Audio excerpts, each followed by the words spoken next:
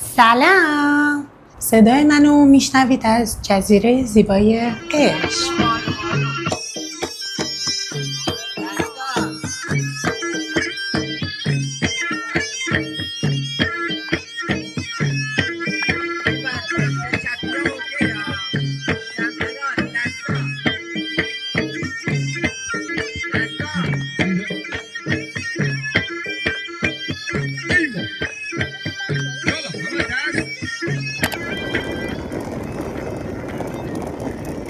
سلام، من سمانم، اینجام سمز لایف استوریه.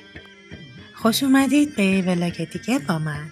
داستانو میخوام از اینجا شروع کنم که چی شد ما یهویی اومدیم قشم. من چند وقت پیش متوجه شدم که قراره یه فستیوال موسیقی جنوبی توی قشم برگزار بشه. به همین بهانه ما سفر قشممون رو جوری برنامه‌ریزی کردیم که بتونیم توی فستیوال کاوان هم شرکت بکنیم. فستیوال کاوان برای اولین بار بود که داشت برگزار می شد و خب برای خود منم خیلی تجربه جالب و جدیدی بود. به خاطر همینم ما با دوستامون تصمیم گرفتیم که تو این فستیوال شرکت کنیم.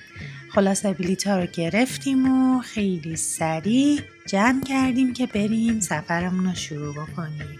پروازمون به قشم خیلی طولانی نبود، حدود 1 ساعت و ربع فکر میکنم بود و خب خیلی هم راحت بود. فقط چیز عجیبی که وجود داشت این بودش که وقتی ما رسیدیم از سرمای تهران رسیدیم به گرمای جنوب. نه بابا خیلی هم گرمی. من گفتم آتیش میزنم سرمون. اینو گرمه. با اینکه اینجا اواخر مهر ماهه ولی خب جنوب هنوز هواش اونقدر خنک نشده بود راستش. ولی خب از حد انتظارمونم اونقدر گرمتر نبود. بعد از اینکه رسیدیم فرودگاه خیلی سریع ماشین گرفتیم و رفتیم سمت اقامتگاهمون و یه خانمی هم راهنماییمون کرد و خیلی سریع اتاقمون رو تحویل گرفتیم.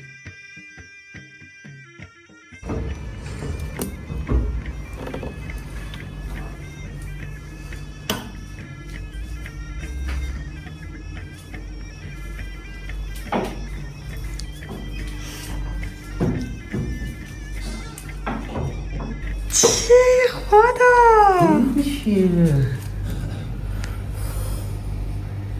چه پنجره بامزه. یه بار دیگه بازش کن، ببندش.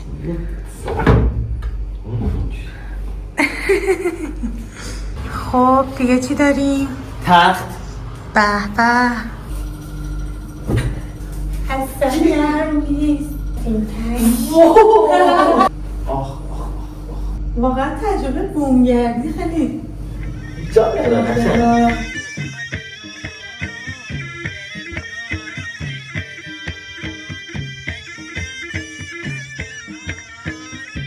الان ساعت تقریبا 1:30. ما اومدیم اقامتگاهمون رو تحویل گرفتیم و میخوایم حاضر شیم بریم بیرون، هم نهار بخوریم هم یه دوری بزنیم روستاهای اطراف و ببینیم چجوریه. پدرام هم در حال استراحت. نهار گوش نده. حالا نماده میشه. یکم وسیله‌امو جمع میکنم حاضر شیم بریم نهار. پدرام هم خیلی گوش نشه، اذیتش نکنم.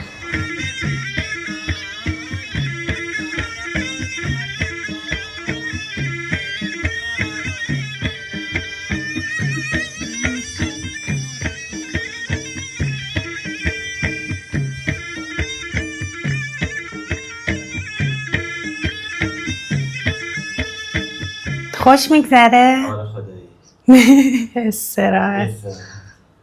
این رو اومدیم اینجا دوباره به تخت دراز کشیدم. من آماده شدم ولی منتظر اسنپیم. میخوایم بریم نهار بخوریم. هوا یک کوچولو هنوز گرمه، فکر کنم 33-34 درجه است، ولی نسبتاً فکر میکنم عصر خوب میشه دیگه. الان ساعت تقریبا 2:30. بریم نهار بخوریم، نهار دریایی خوشمزه دلم میخواد. الان عصبانی میبوله میشه، الان لگن دنبالمونم. آره بشه دامنه سبزش خیلی بامزه است خدا.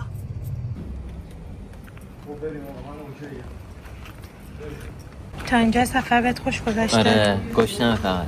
گشنته؟ یه غذا بخورم تصمیم میگیرم که دارم خوش میگذره یا نه. الان میریم غذا هم میخوریم.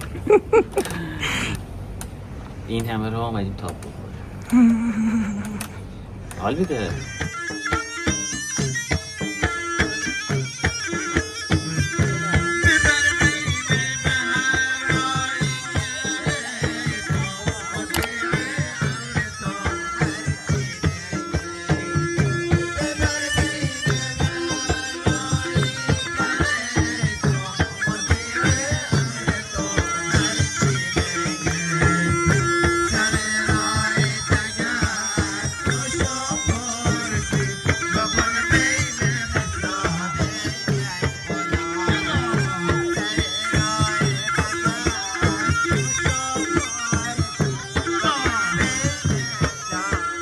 خب چی بخوریم؟ فدی چون لابستر کله پهن لابستر کله پهن کجاست؟ اینو بیارن من فرار. لابستر کله پهن هشبا. اسکوی چی دوست داری بخوری بدی؟ والا اینا ویسکی ترجیح میتونیم یه انتخاب سیف داشته باشیم یه انتخاب پرهیجان تر. نظرته؟ دو پر هیجانش یکی میکنم. همون لابستر کله پهن نه نه نه من اصلا نمیتونم اینو میبینم میترسم. چی اینو بخورم؟ همه غذاها خاک‌برنج ایرانی و خرماست. این خیلی نکته مهمیه. اون ترشی بندری رو با غذا میخورن. آره تست کن ببین چجوری. باید تون باشه. این ترشی بندری، اینم خرما هرده است. کنار غذا سرو میشه. ترشیه من اسمم خیلی فلفلی باشه. آره خوبه اوکیه.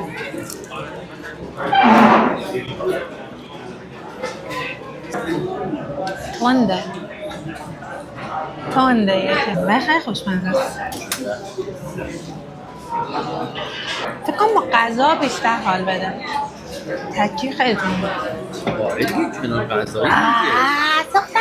خوشمندری و خالی خورد غذا شکم معده خالی می‌خوره. من خواستم امتحان کنم. من امتحان کرده بودم. غذامون خود حسن خودم هواری پلو، اینجا قلیه ماهی و اینم ماهی مرکب. خب ماهی مرکب بخوریم. اینی که به من دادیم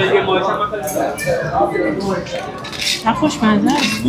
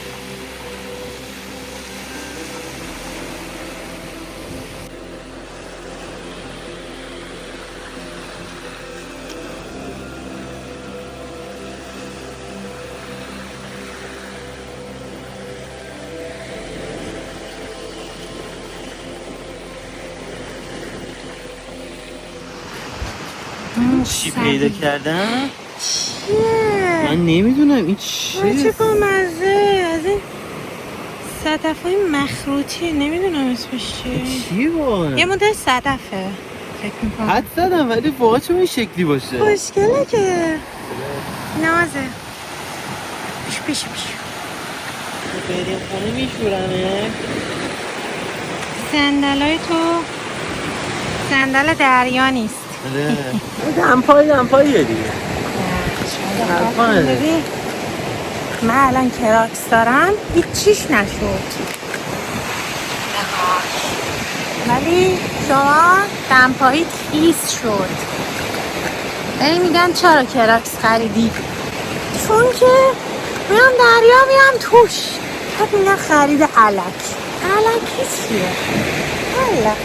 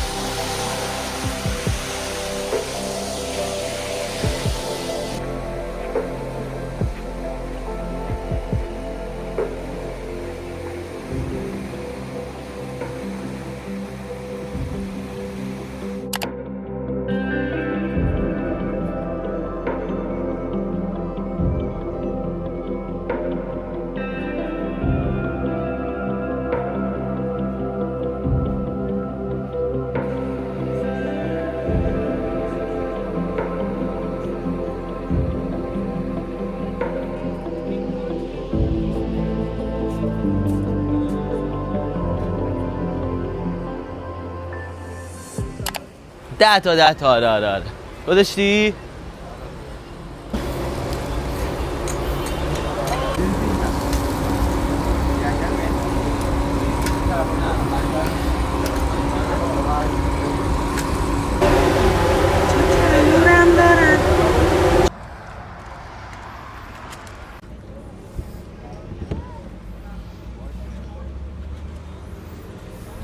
آقا دمت گرم.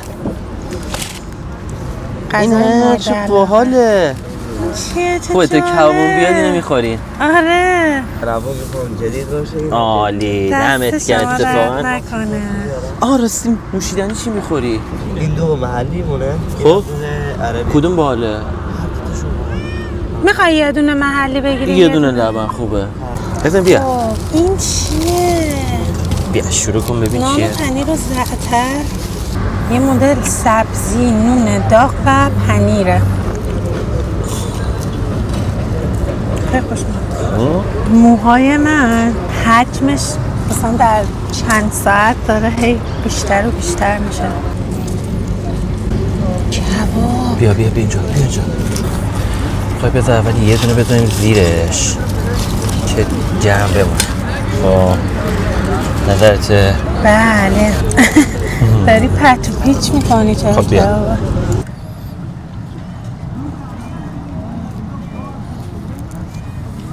من از این نونه میخوام، خیلی خوشمزه. خب این نونو بنداز روش کباب بزن بخور دیگه. نظر؟ دهن آب میشه. آره خیلی پنبه‌ایه. بنده خدا تعریف میگن خودش از حال میرفت. ما رفتیم از میزبانمون پرسیدیم که شما برای شام چی پیشنهاد میدین؟ بعد گفتش که مثلا این هست این گزینه هست. حالا اونا هم میریم شبای دیگه حتما میخوایم، ولی راجب این که صحبت میکرد اصلا قیافش از هوش داشت میرفت انقدر. یعنی گفت فقط برید اینو بخورید. بعد بهش گفتیم چند شب هستیم، گفتش اول برید اینو بخورید که خوشتون اومد باز شبای دیگه هم بخورید. خودش میگفت من 15 سیخ خالی میخورم، گفتم نون نمیخورم. کوچولو هستی خواش دیگه نگاه کن.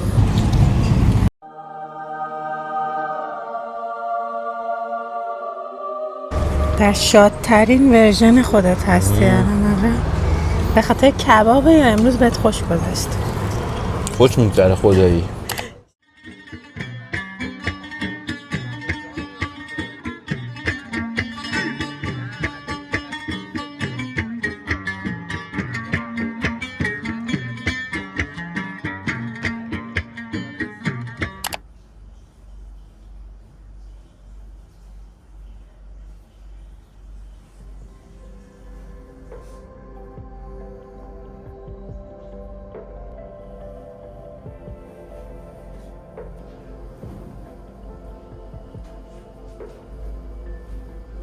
سلام، امروز روز دومیه که ما اینجاییم. متاسفانه شبی که ما میخواستیم بیایم من پریود شدم، خیلی به صورت ناگهانی، اصلا برنامه‌ریزی شده نبود و حالا نمیدونم به خاطر استرس و اضطراب کاری که اون مثلا مدت داشتم بود یا به خاطر هیجان سفر بود یا هر چیز دیگه، ولی به هر حال کلی از برنامه‌هامون رو به هم ریخت. من برنامه‌ریزی کرده بودم روزهای اول و مثلا تفریحات آبی و چیزای اینجوری رو بگذرونیم، ولی متاسفانه الان دیگه نمیتونیم. یکم ترجیح میدم که استراحت بکنم. امروز صبحم راستش اصلا حالم خوب نبود، کل صبح تا ظهر رو خوابیدیم. الان ساعت نزدیک 2، میخوایم بریم با دوستامون یه رستوران جنوبی غذا بخوریم که من یکم مسکن خوردم و استراحت کردم. الان میتونم بگم یه کوچولو بهترم، فقط امیدوارم زودتر حالم بهتر بشه که بتونم مثلا پایان سفر رو تفریحات آبی انجام بدم. واقعا نگرانیم اینه. بعد چیز عجیب تر اینه که من خیلی آدمی هستم که همه چیزو برنامه‌ریزی می‌کنم، دقیقه سفرمو واقعا برنامه‌ریزی می‌کنم. این اتفاق که پیش اومد واقعا برنامه‌هامو به هم زد، چون نصفه های سفرمون قرار مثلا سه دوستامون اضافه شن بهمون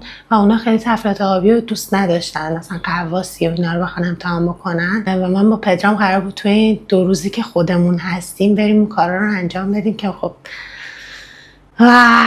از اون طرف پدرام هم یه هفته کمرش یکم درد میکنه، حالش خیلی خوب نبود، ولی حالا یکی دو بار رفت دکتر و قرص و دارو و اینا یکم مصرف کرد، الان بهتر شد دیگه. اونم دید من قرار استراحت بکنم، استقبال کرد، گفتش خب با هم امروز صبح استراحت میکنیم. دیشب داشتیم با هم راجع به این قضیه حرف میزدیم که بزرگسالی چقدر چیز عجیبیه. اگر من مثلا تو دوره 20 سالگیم بودم و سنم کمتر بود احتمالاً فریک اوت میکردم، برنامه همه به هم خورد و اینا، ولی فکر میکنم یکی از درسای بزرگسالی اینه که آدم با شرایطی که براش پیش میاد، حالا چیزایی که زندگی پیش روی آدم میذاره، یه جورایی خودش رو تطبیق بده و جلو بره. یه ذره مسئله جالب انگلیسی هم فکر میکنم هست، میگه که if life gives you lemon make a lemonade، یعنی حتی اگر زندگی جایی هم به کامت شیرین نبود و ترش بود، تو با اون لیموه یه لیمونه واسه خودت درست کن، حداقل بخوری عشق کن. همین دیگه، آماده شم بریم غذا بخوریم. همه دختانرین حاضر، همه جون مثل جواهر، بی بس یک تا دلو میبو، همی که اون نشت آخر. همه دختانرین حاضر، همه جون مثل جواهر، بی بس یک تا دلو میبو، همی که اون نشت آخر. همه دختانرین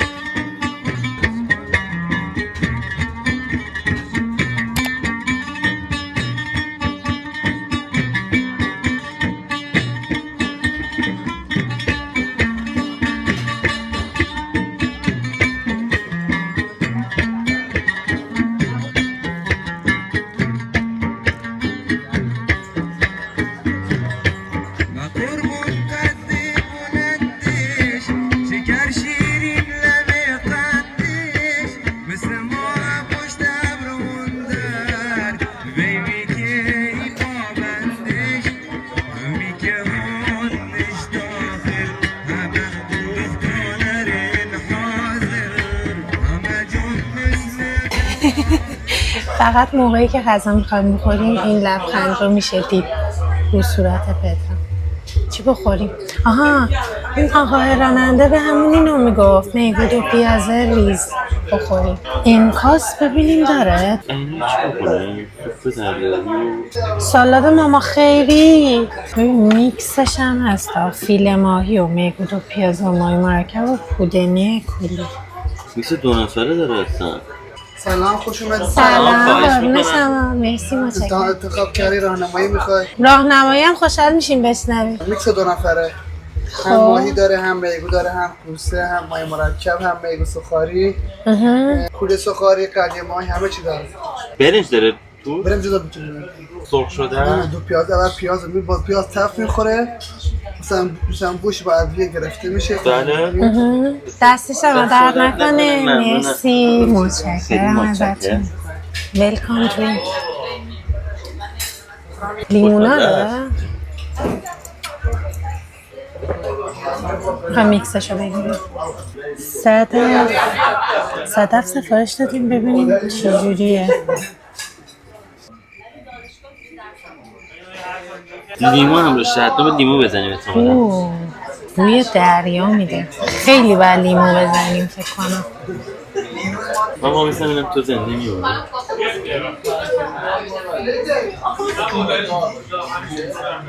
شده بود؟ A few moments later. بد نیست. دریا داری میخوری. سبیل ببینه. قبلا نیست صدف من تست کرده بودم استانبول. از این صدف های کوچولو میفروشن تو خیابون و اینا. بیشتر خوشم اومده بود. این خیلی دیگه بیش از اندازه دریایی بود. نظر چیه؟ جاره؟ آره باحال تست کردم.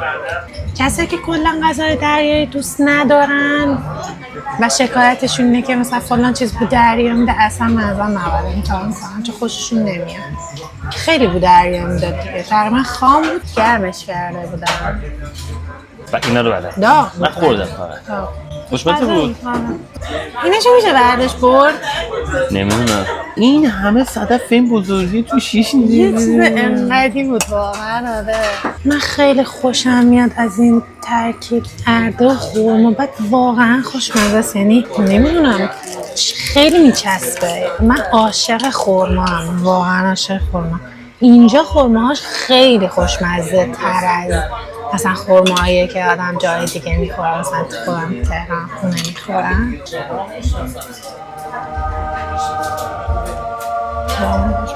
اینو مگه آخر نباید بخوری؟ چرا؟ ولی گشنمه. خوشمزه بود صدفه. از اون چرا نمیدن؟ گشنمه.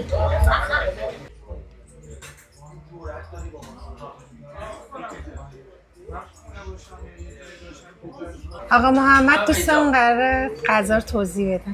میشه؟ این ماهی شیر، بله. میگوی سخاری، ماهی مرکب، کوسه پودونی، میگو دو پیازه، پلیه ماهی. دست شما درد نکنه.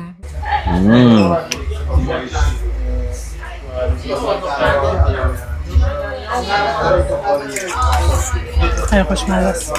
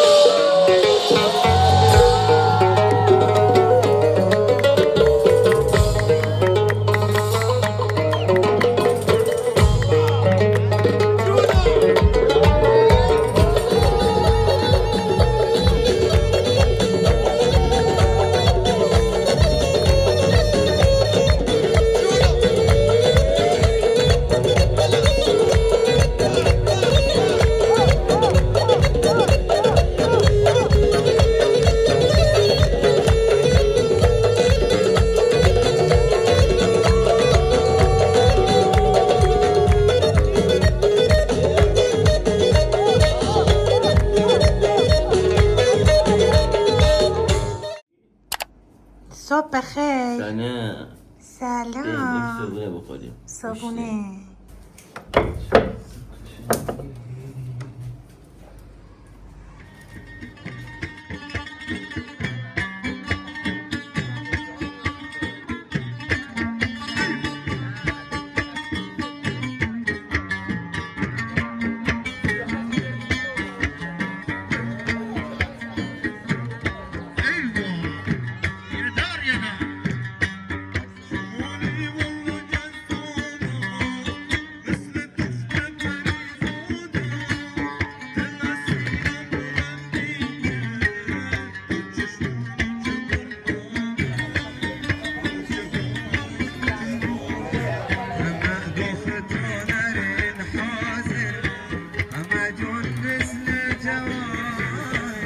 بس یک تا دلو میبو همی که هان بگی همه دختانرین حاضر همه جون مثل جواهر بس یک تا دلو میبو.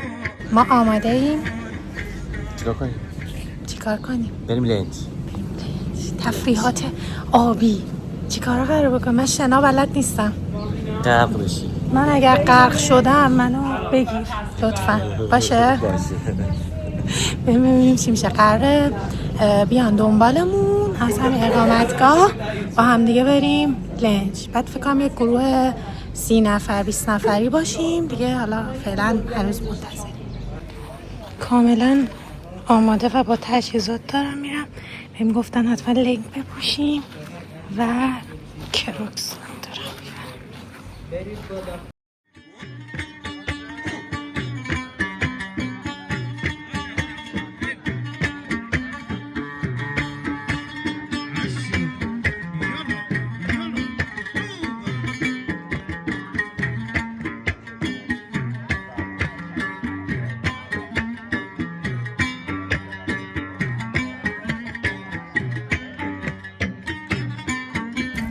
سلام.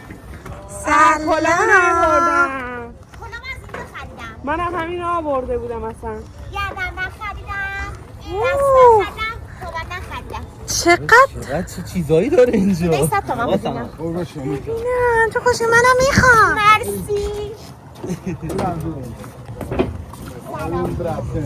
سلام.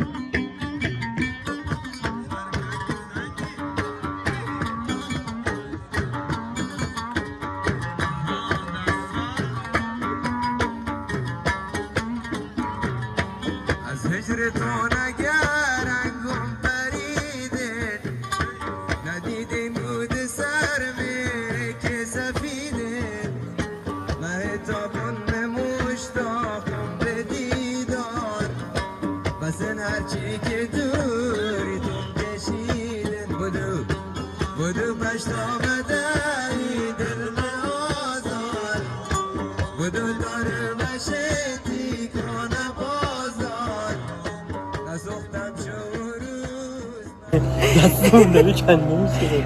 واقعا خسته شدیم خیلی، ولی خیلی خوش گذشت. واقعا خوش گذشت. حدوداً 1 ساعت داشتیم پارو میزدیم و جلو نمیرفتیم که عقب میرفتیم. واقعا سخت بود. من کایاک سوار شدم، پدام بیشتر پدل. روحی هم خراب شد این که آره من فکر نمی‌کردم انقدر ضعیف باشم. جدا. فکر کردم خیلی قوی تر از این حرفا باشم، ولی نه خیلی ضعیف بودم متاسفانه. از هجر تو نگر انگم پریده ندیدیم بود سرمه که سفیده مهتابون مشتاقم به دیدار بسن هرچی که دوری تو کشیدن بدو پشت آمده دل آزار بدو دار بشتی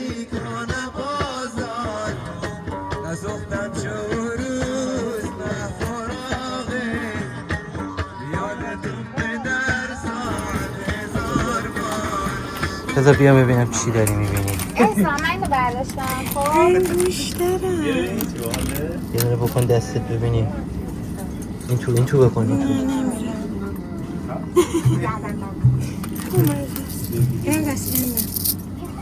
اونو بگی واسه نمیدونم چی هستم؟ نمیدونم یه چیزیه دستبندش هم دارم میخوای بیاری یا همون پای میارم ایده ای ندارم من دستم نداشتم دستم اینه دقیقا هم اینه دیگه اینو بخوام کاور کنم برام میتونی زنجبیل اضافه کنم. کدومو بخرم خیلم چی بخرم کمکم کن او خیلی متنوع منم نمیدونم همه چی داره. این خوشگل تره یا این کدوم به کدوم بس ببینم. دست راستت چپت گل. این آره از اینا بخرم به خدا منم اینا نمیدونم. خوشگله به نظرم همونو بیا من اینو بیشتر دوست دارم اصلا نظر تو برام مهم نیست اومدم های های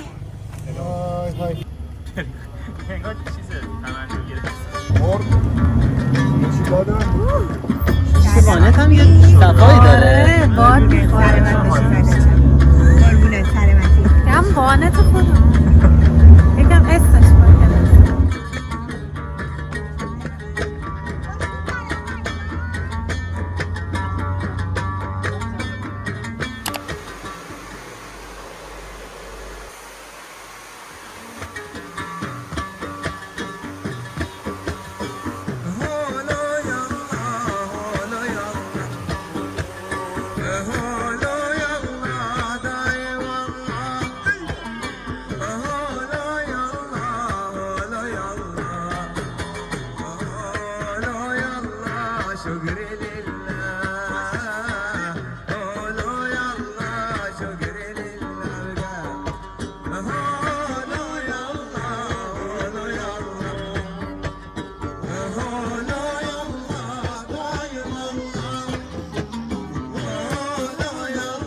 سلام سلام. امروز چند شنبه است؟ چهارشنبه. امروز چهارشنبه است روز سوم سفرمونه بعد دیگه امروز کلی تجربه جدید امتحان کردیم رفتیم لنج اونجا یه کشتی بودش که لنگر انداخته بود و یه تفریحات آبی و اینا رو میتونستیم انجام بدیم. پدرام پدل سوار شد من کایاک سوار شدم. بعد حالا فیلمشو گرفتم میذارم خیلی عجیب بود انقدر سخت بود هی پارو میزدم اینجوری فیلم کردم دارم با سرعت 50 تا میرم در صورتی که فقط داشتم دور خودم میچرخیدم. انقدر باد میومد و جریان آب زیاد بود اصلا نمیشد تکون بخوره. بعد من فکر کردم خیلی قویه مثلا دستای قوی دارم باشگاه میرم و اینا ولی اصلا اینجوری نبود خیلی سخت بود. تو چجوری بود برات؟ ببین جنگل حرا اون اتفاقی که داشت میافتاد جزرومت داشت اتفاق میافتاد و آب داشت یه جوری از اونجا خالی میشد و وقتی که تو اونجا داشتی اون پدله رو پارو میزدی چون جریان آب همینجوری داشت میرفت آره تو تلاش خیلی زیادی باید میکردی تا تازه همونجا بمونی. چیز عجیب اینجا بود که چند تا کشتی همینجوری لنگر انداخته بودن و ثابت بودن. بعد دوتایی چون با هم رفته بودیم به پدرام میگفتم کشتی داره میاد سمتمون. پدرام کشتی نمیاد سمتمون سمون ما داریم ما رو داره آب میبره واقعا. آخر اومدن نجاتمون دادن. من هنوز داشتیم پارو میزدیم.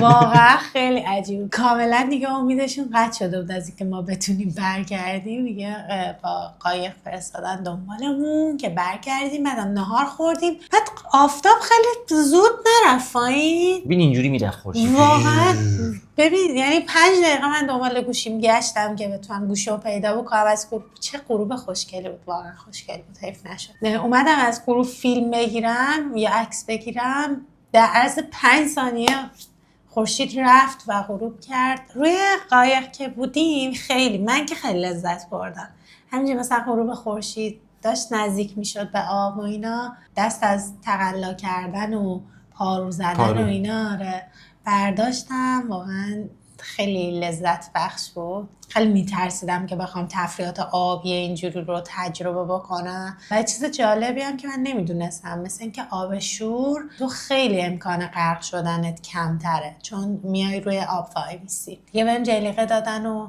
یکم آرامش ذهنی بهم دادن، امنیت روانی پیدا کردم، تونستم برم روی آب. خیلی باحال بود. به نظرم اگر میاین جنوب حتما تجربهش بکنید. اینجا هم که الان ما اینجا هستیم فستیوال کاوان داره برگزار میشه.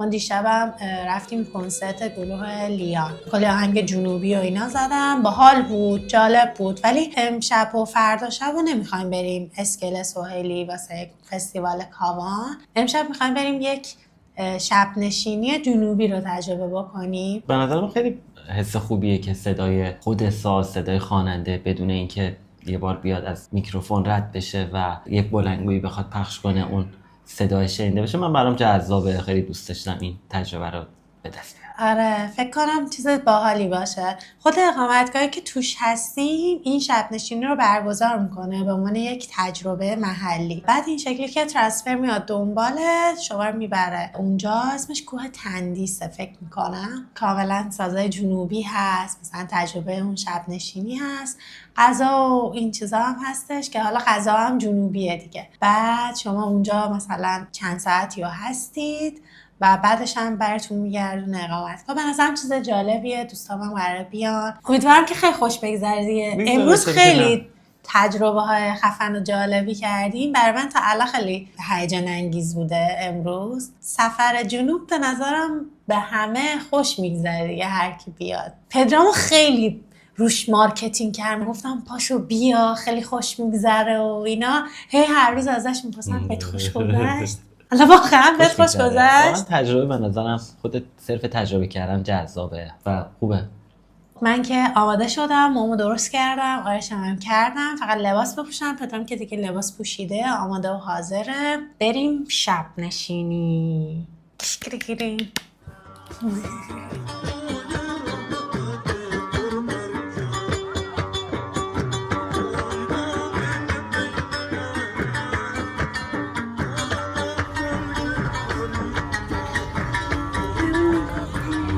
برقه داره اینجا،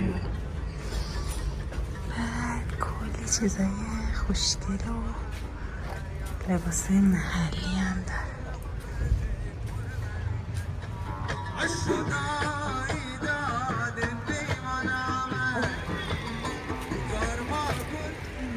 از اونایی که بیشتر از همه برق میزنم خوشم میاد راستش. هرچی میرم سراغ سنت. نه اصلا سنتی، اصلا مینیمال، اصلا فقط ماکسیمال.